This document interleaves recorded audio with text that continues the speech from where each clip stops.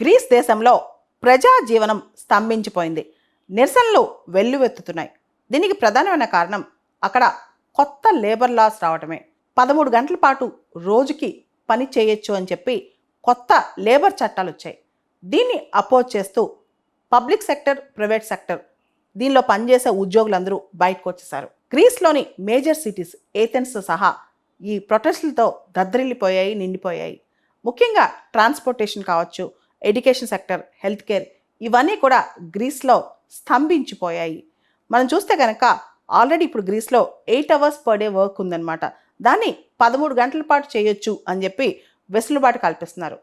Grace ప్రభుత్వం ప్రకారం ఇది కేవలం ఎంప్లాయర్స్కి ఒక వెసులుబాటు, అంటే చేయించుకోవాలంటే చేయించుకోవచ్చు, వాళ్ళ వర్క్ని ప్రొడక్టివిటీని పెంచుకోవడానికి చేయించుకోవచ్చు అని చెప్తున్నారు అనమాట.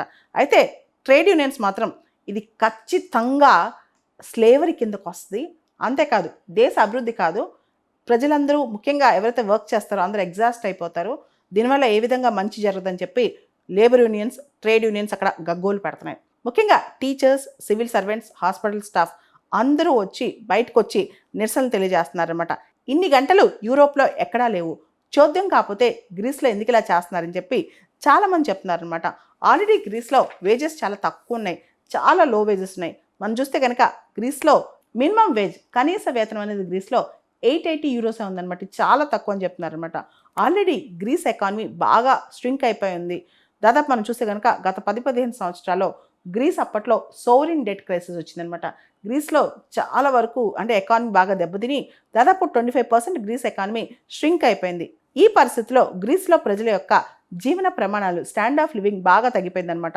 దాంతోపాటు కాస్ట్ ఆఫ్ లివింగ్ బాగా పెరిగింది, వేతనాలు పడిపోయాయి అనమాట. దీంతో గ్రీస్ దేశంలో ట్రేడ్ యూనియన్స్, లేబర్ యూనియన్స్ ప్రభుత్వం పైన చాలా కోపంగా ఉన్నాయన్నమాట. అయితే గ్రీస్ ప్రభుత్వ కథనం ప్రకారం ఇది ఎంప్లాయర్కి, ఎవరైతే ఉద్యోగాలు కల్పిస్తారో వాళ్ళకి వర్క్ చేయించుకునే ఫ్లెక్సిబిలిటీ పెరిగిపోద్ది.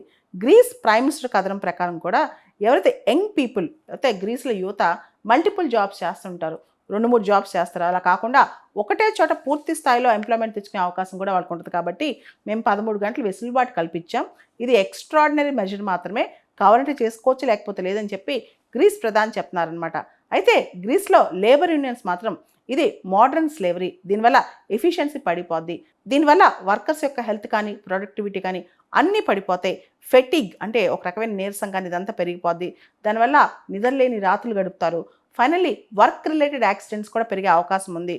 యూరోపియన్ కంట్రీస్లో మనం చూస్తే కనుక చాలా దేశాల్లో వర్క్ లైఫ్ బ్యాలెన్స్ గురించి మాట్లాడుతున్నారు, క్వాలిటీ ఆఫ్ లైఫ్ గురించి మాట్లాడుతున్నారు, వర్కింగ్ అవర్స్ తగ్గిస్తున్నారు.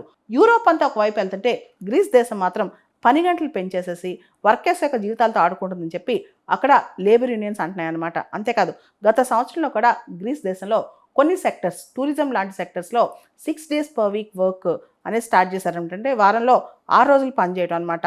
అండ్ యూరోపియన్ యూనియన్లో ఇతర దేశాలు చూస్తే కనుక సగటున వారంలో 35.8 hours, 35 గంటలు, 36 గంటలు మాత్రమే సగటు వర్కర్ పనిచేస్తాడు. కానీ గ్రీస్లో మాత్రం అది 50 గంటలు, 60 గంటలు అవుతుందన్నమాట.